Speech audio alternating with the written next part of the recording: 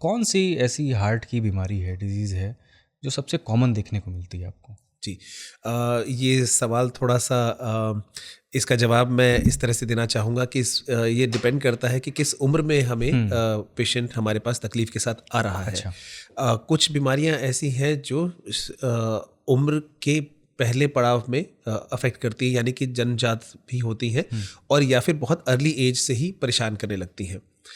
जैसे कि दिल में छेद होना जो कि समय के साथ नहीं भर पाता है, और कनेक्शंस हार्ट के जो आपस में एक दूसरे से जो कनेक्शंस हार्ट के जुड़े होते हैं वो कई बार ठीक से नहीं जुड़ते हैं, उसकी वजह से भी प्रॉब्लम्स अर्ली एज में आ सकती हैं।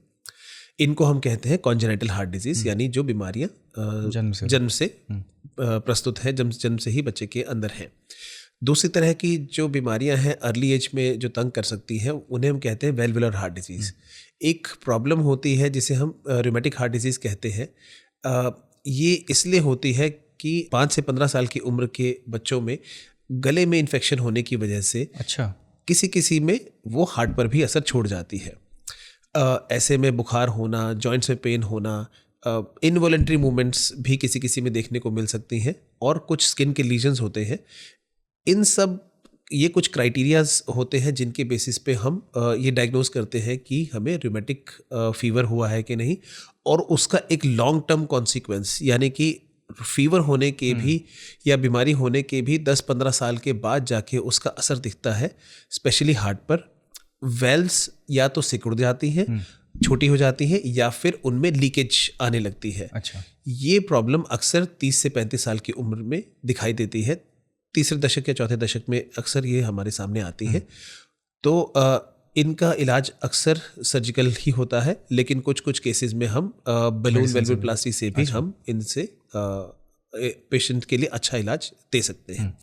आगे अगर चले तो लेडीज़ के बारे में अगर बात करें तो डायलेटेड कार्डियोमायोपैथी एक कंडीशन होती है, यानी कि हमें ये नहीं पता कि हार्ट क्यों हमारा वीक हो गया है और उसका साइज़ क्यों बड़ा हो गया है। अक्सर ऐसा देखा जाता है हार्ट अटैक के बाद या फिर जो कॉर्नरी आर्टरी डिजीज होती है उसके बाद। लेकिन इसमें हाइपरटेंशन में भी तो कार्डियोमायोपैथी होती है। जी, उसमें हार्ट की वेल्स जो वॉल है वो मोटी हो जाती है।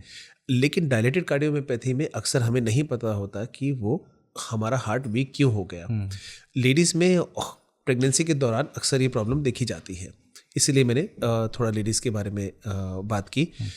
बाकी पेशेंट्स में कई बार फीवर के बाद या कोई मेजर सर्जरी के बाद या फिर किसी वजह से स्ट्रोक या लकवा होने के बाद भी हार्ट का फंक्शन कमज़ोर हो सकता है, जिसे हम स्ट्रेस कार्डियोमायोपैथी कहते हैं। बहुत कोई इमोशनल ट्रॉमा है, कोई बहुत आप एजिटेटेड हैं, बहुत किसी बुरे दौर से गुजर रहे हैं, तो भी कई बार हार्ट का फंक्शन टेम्परेरीली कम हो सकता है।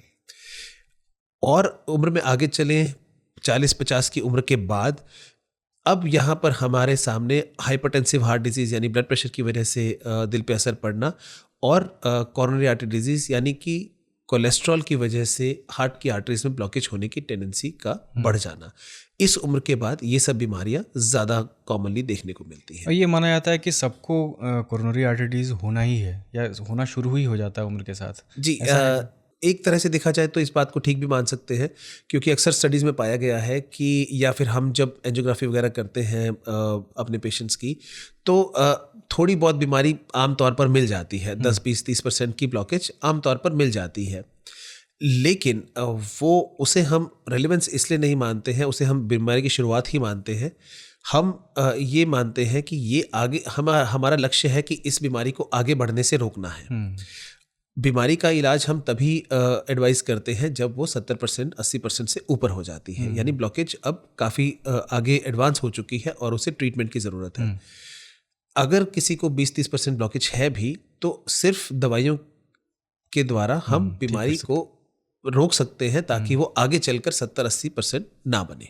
अच्छा, आप जिक्र कर रहे थे कि दिल के छेद जो बच्चों में होते हैं, ये हम लोगों ने बचपन में बहुत सुना है कि दिल में छेद है उनके या किसी को इस तरह की बीमारी है। असल में ये क्या होता है हार्ट में? सच में कोई छेद होता है या कुछ और होता है? जी हाँ, एक्चुअली देखिए, जब बच्चा गर्भ में होता है तब लंग्स नहीं काम करते हैं। जब बच्चा बाहर माँ के गर्भ से बाहर आता है, जब जीवन लेता है और जब रोता है तो लंग्स उसे खुलते हैं, तब उसको एक्चुअली ऑक्सीजन लंग्स के द्वारा मिलने लगती है।